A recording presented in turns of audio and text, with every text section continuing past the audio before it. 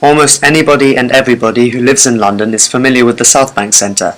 Its concrete landscape and urbanisation has made it the perfect place for skate park. Annually, 2 million skaters visit the South Bank Undercroft skate park to perfect their tricks. This is arguably the most famous and beloved skate park in England. Skateboarders, BMX riders and graffiti artists alike have used it for the last 40 years, making it the longest running recognised skate park in the world. However, in early March 2013, the South Bank Centre announced a redevelopment of £120 million, in which they were going to relocate the South Bank Undercroft skate park further down the Thames underneath Hungerford Bridge. Many skaters remained apprehensive to this, arguing that the architecture, culture and history of the South Bank Undercroft skate park was irreplaceable. The disagreement led towards the creation of the Long Live South Bank campaign, a movement created by skaters focused on the preservation of the Undercroft concept. A lot to me, and it means a lot to the youth because South Bank's like essential youth. I feel it's a really good campaign. I mean, youth of today need somewhere to hang around and skateboard, and I feel that if they take that away from us, it would just be such a bad thing to do, and I feel that saving it will really be a really good thing. I really love it there because it's a place where I can be myself. Yeah, I really like it. It's a great place to go. It's like a nice place to chill out with. Have a good time there.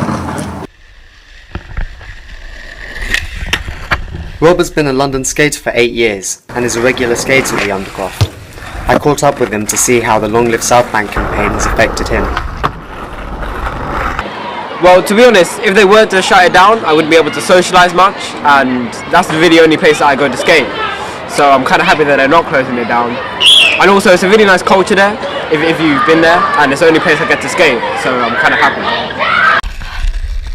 Between March 2013 and October 2013, the South Bank campaign collected just under 6,000 signatures.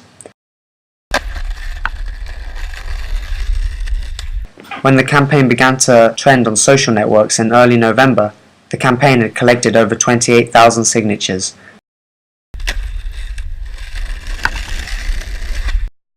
Within the 2.5 months before January, when over 30,000 objections were brought to the Lambeth Town Hall. This made the planning application the most unpopular in UK history over Wembley Stadium with 12,000 applications and the 2012 London Olympic Stadium with 17,000.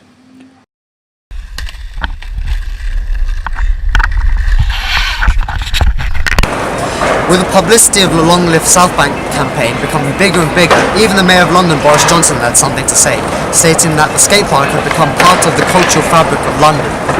With the supporters increasing ever more, by February the 14th, 2014, the South Bank Centre removed planning applications and tried to find funding elsewhere.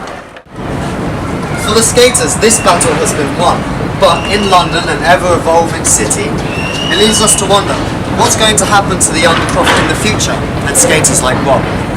This is Alan Goodman reporting for RAMPZ News, London.